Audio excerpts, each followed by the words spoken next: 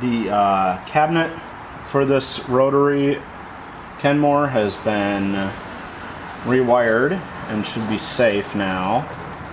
I did plug this in and test it to make sure the motor ran, but as you can see, this machine is very dirty and rusty. So I just popped the needle off, and this needle clamp is all rusted over. But it is chromed. So I'm going to make a little bucket of parts to put in the rust remover stuff, and then we'll do some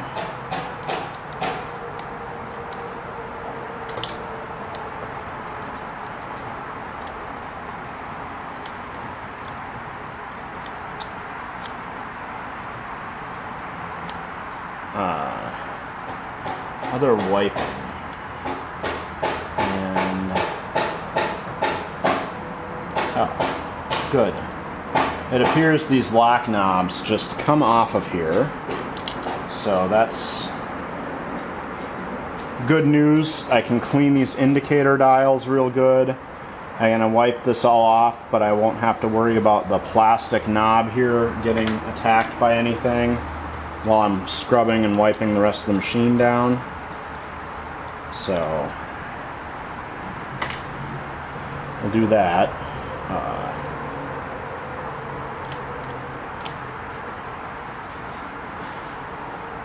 Except pulling those knobs out just released all of the mechanisms in there, and they dropped, and now it's jammed the reverse short and long stitch thing.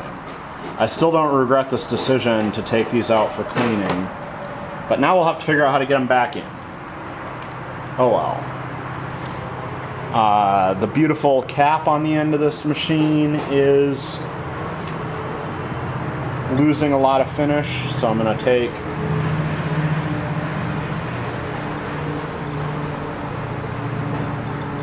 what appear to be the set screws out here. The one set screw. Alright. Cool. So this is just a really fancy looking cast iron steel cap clutch knob.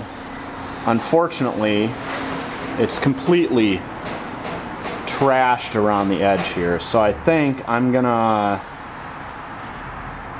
strip this and figure out a color to paint it, just so it'll look cool. Oh, this has a ball bearing mechanism in the clutch, so there's a clamping ring and these ball bearings, and the clamp on the ball bearings, you release it and there's ball bearings to release the clutch here, and then when you turn the bullet cap in, it crushes those against this drive washer.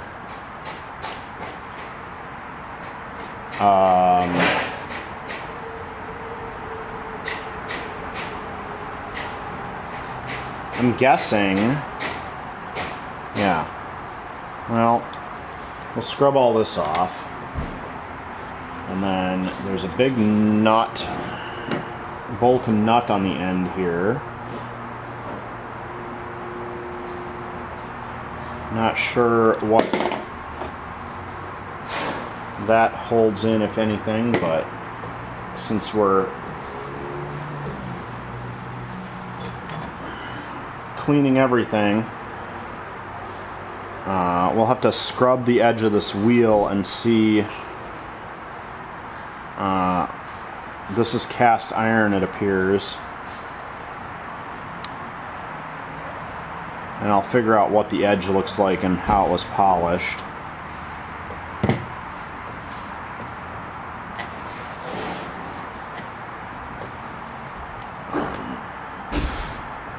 Good.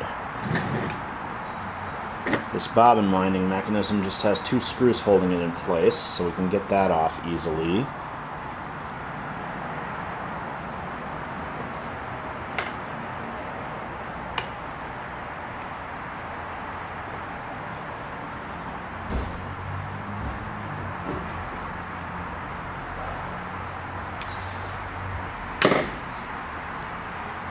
And then we can get these rusty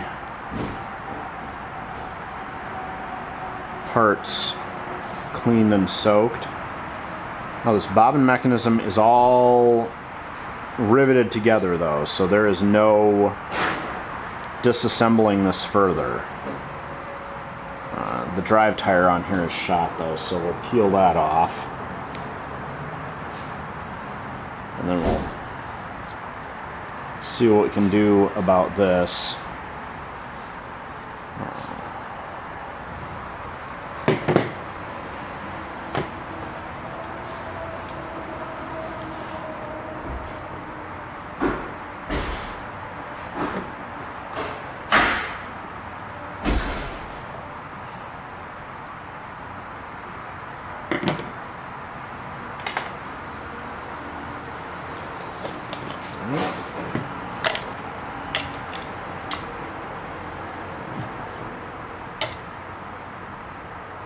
Realize I have my jar of PBlaster right here, so I can drop all this stuff in the kerosene dip and get it degreasing, and then after I've degreased it, it can go in the other thing.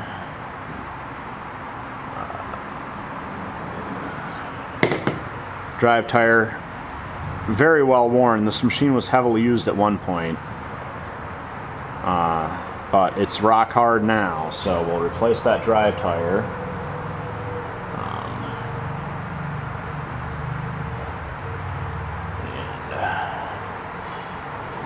Let's see.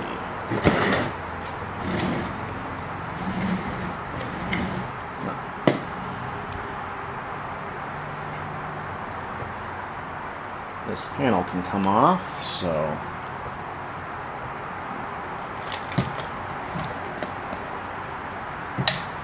get this panel off and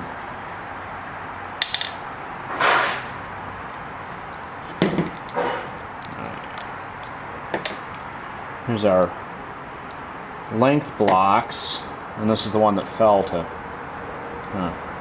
but this is real gross in here, and we'll need to get a toothbrush and some probably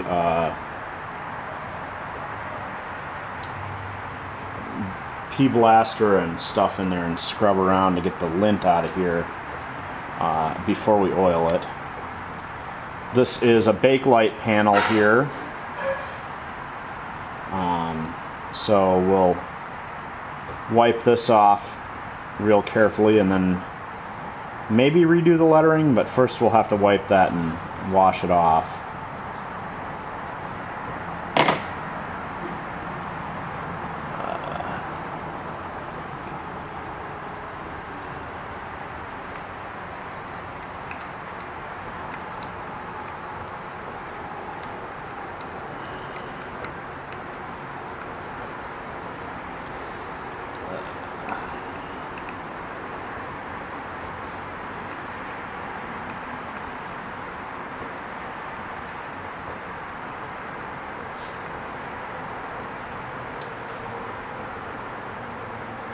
Fiddly light bulbs on these. There we go. The fat screw base is a hallmark for white machines.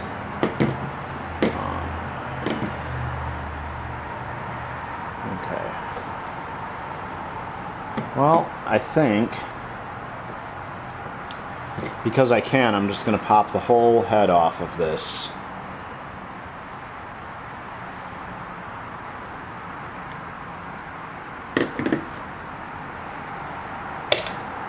It's a white rotary, so it's got 2 screws in the head.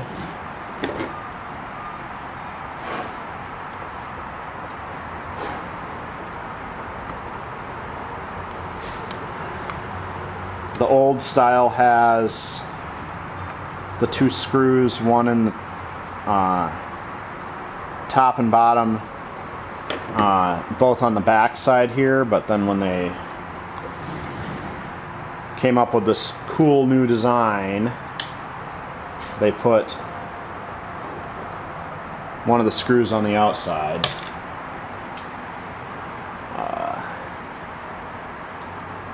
Excellent.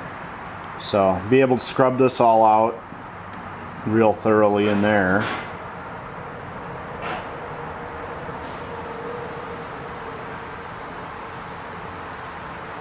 And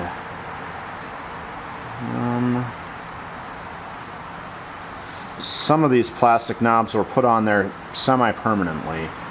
This one's got a little screw on the bottom of it, but I don't want to take the screw out because this red knob is probably really weak. But this is the darning release for your presser foot. It holds down for regular pressure and then lifts the spring up, so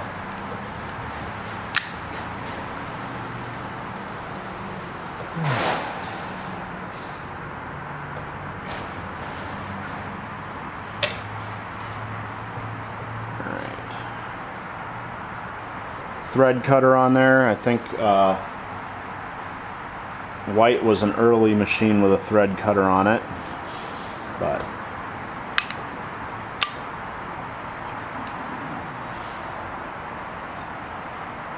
yeah, this poor tensioner is also very rusty, so I'm gonna have to tear the whole head of this machine apart to get in there and clean all of that. So let's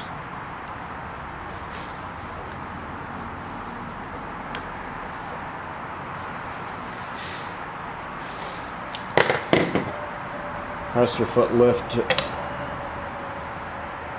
and then trying to remember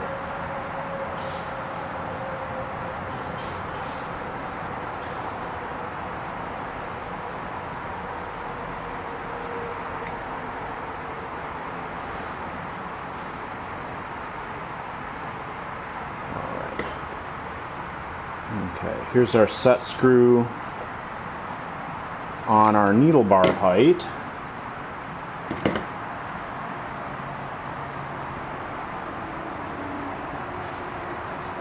Which I guess I'm actually going to leave that in place, and it didn't move while I was there because it's all gooed up in here. So, because I think if I do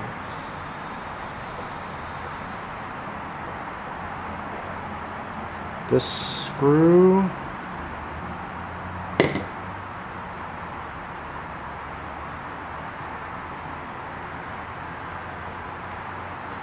well, that's one of the things.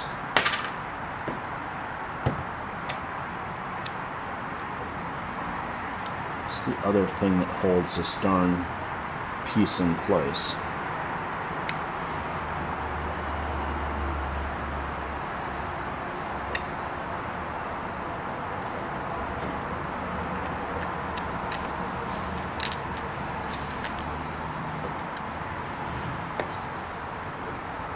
Ah, this tiny screw, that's the other thing that holds that tensioner in place.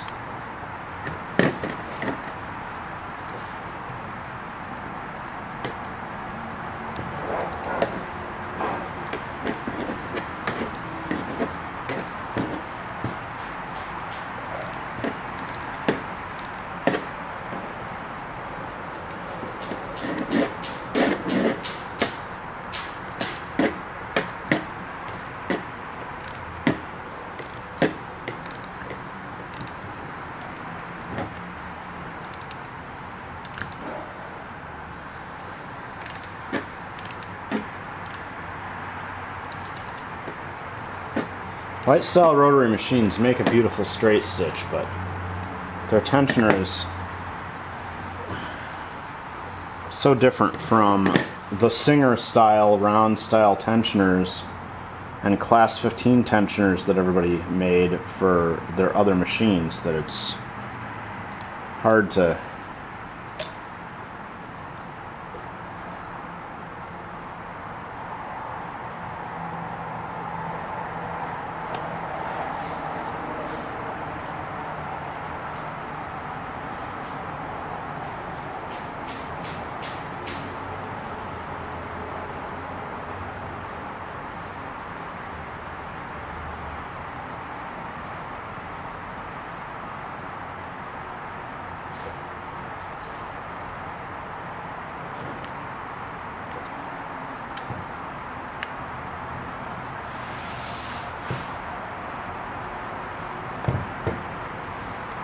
get them apart sometimes, or remember how to get them apart. Oh, right, okay. That's the ticket. I do need to get this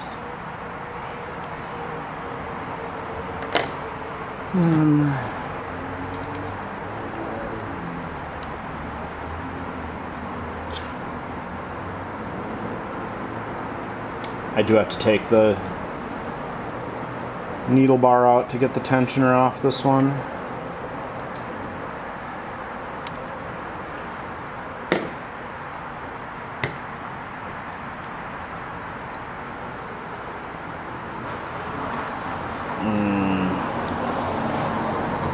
It's a hell of a project. All right.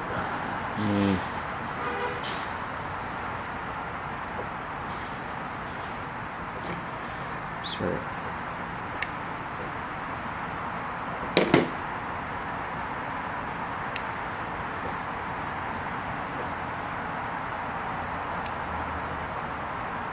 That's right, it's double set screw on these.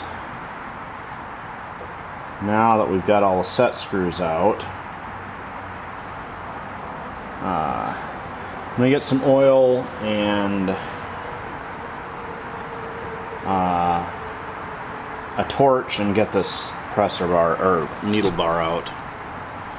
So I got both my set screws out. I'm going to pull this needle bar and then I'll have access to the rest of the tensioner to get it off. Oil, a torch, and a bit of wiggling, and the needle bar is out. This one has a set screw dimple in it for one of the set screws, so the needle bar height and orientation will be correct when I get it back together. One of the things about white needle bars that I like is they pretty quickly put this ring around them, and this lip here collects the oil. If you're oiling your needle bar and it's running down, it collects in this lip instead of running down your needle. So they're actually pretty nice to like keep your it's a thoughtful thing to keep your projects clean. And was just about to absentmindedly grab that, even though I just hit it with a torch, so it's going to be very hot. So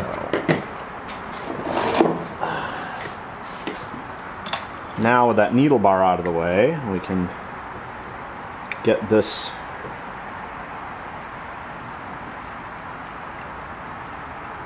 bolt that holds the tension adjuster in there, and that's all filthy. Tension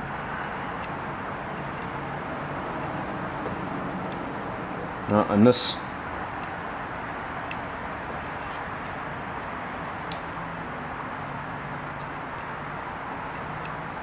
okay, this red knob is gently threaded on there. Okay, cool. Now I can get the lever out, and then the tensioner drops out. So there's a set screw here on this rivet, and you can, so the rivet, can you see that? Alright, there's a screw head, and that's this rivet here. So you can get this back spring lever off of the tensioner by holding by screwing that screw in through this nut, but I prefer to leave all this in one piece if possible, because that is your main tension adjustment on this tensioner. And typically these machines don't go out of tension real quick or easily, even when they're filthy like this.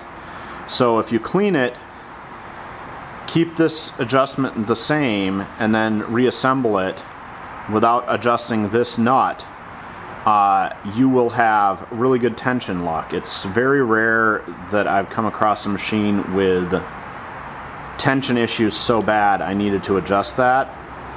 And it's kind of fiddly, but if you can get this all out in one piece without taking this apart, then you know, get your tension adjustment back for free. So there we go. Now, since I've got that red knob off safely, I guess I'm gonna get brave and remove this other one. And then these two, all these plastic knobs I can clean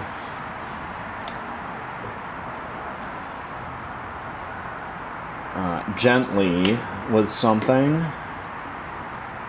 But let's see now.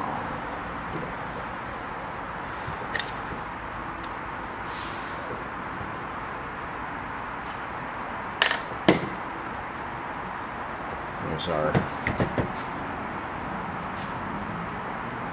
presser foot clamp.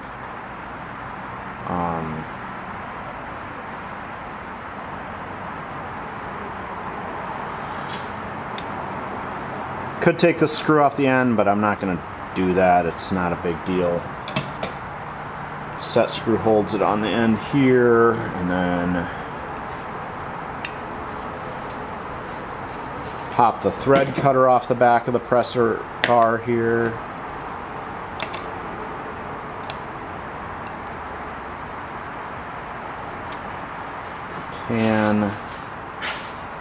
The question is, do I have a screwdriver that fits in this hole? Nope. I have to get a smaller screwdriver if I'm going to remove the presser bar, but I think I'll leave that.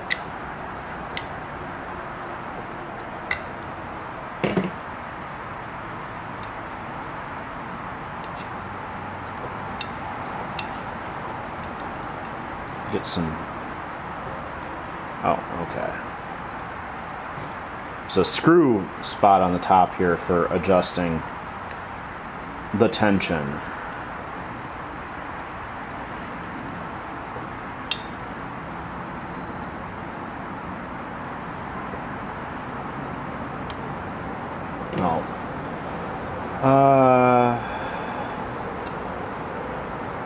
Oh, and there's a retainer pin in here that I am not going to want to deal with removing. So, alright, I'm going to wash and scrub the inside of this.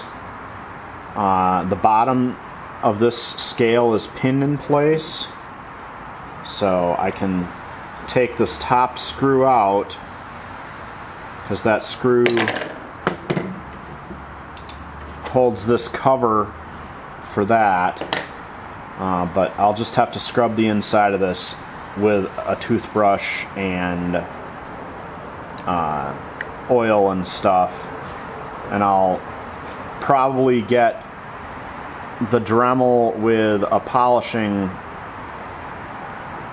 thing on it to clean the bottom end of the presser foot, but I'm going to leave the presser foot in the head here. The important thing is I can get that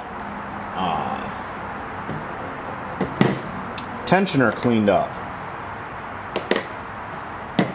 so that it will work better, because you know, obviously you don't want any rust in your tensioner, since that will prevent it from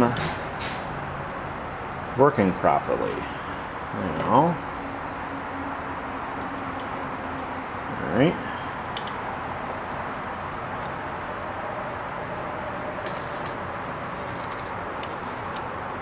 Guess we'll just leave that in place too, and I will just spray the inside of this head and scrub it down with sewing machine oil and PBlaster, because that's kerosene based.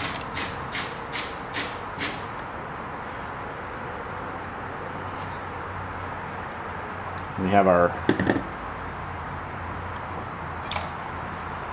plate here is all rusted, so I'll give that a dip in rust remover.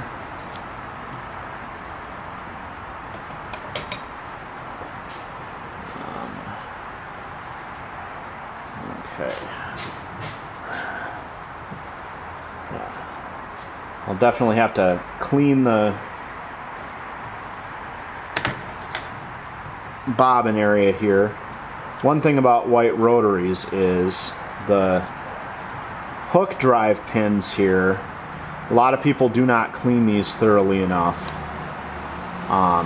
This machine makes a fantastic, beautiful stitch, and I would actually, if I only needed a straight stitch machine, or I only was going to own a straight stitch machine, I would own a white rotary instead of a Singer straight stitch machine, because I think that white rotaries make a better stitch than any of the old Singers do.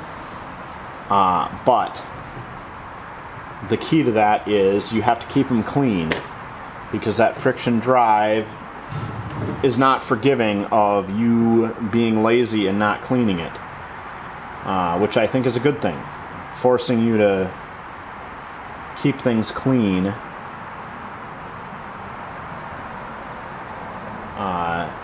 is never bad for a sewing machine. So, alright. The underside here we will wipe and oil. The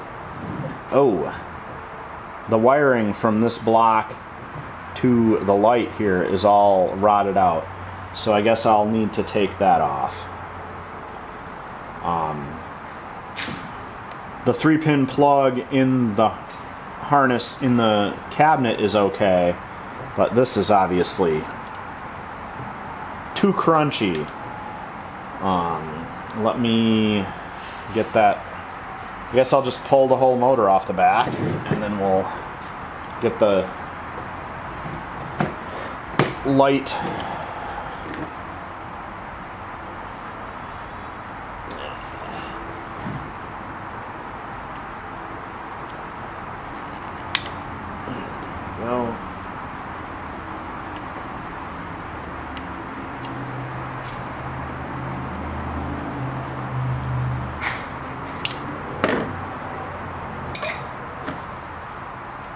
light off the front, and then we'll have to figure out how that wire is wiggled through this machine body. Some machines, they install the light wire first, so it can be incredibly hard to get it replaced. But I'm gonna do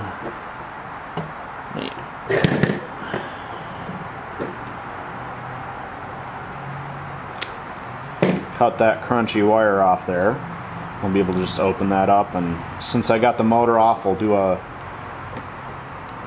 open the motor and check it out. It's got these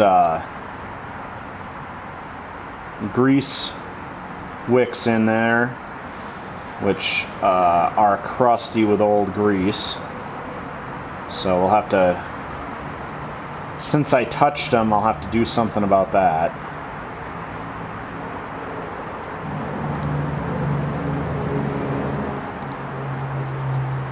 Although ignoring it is also a solution, but probably open this motor up and clean it. I bet it needs the contacts and stuff cleaned. And since we had to pop it off the back of the machine, it's easy to do. So set that aside, and then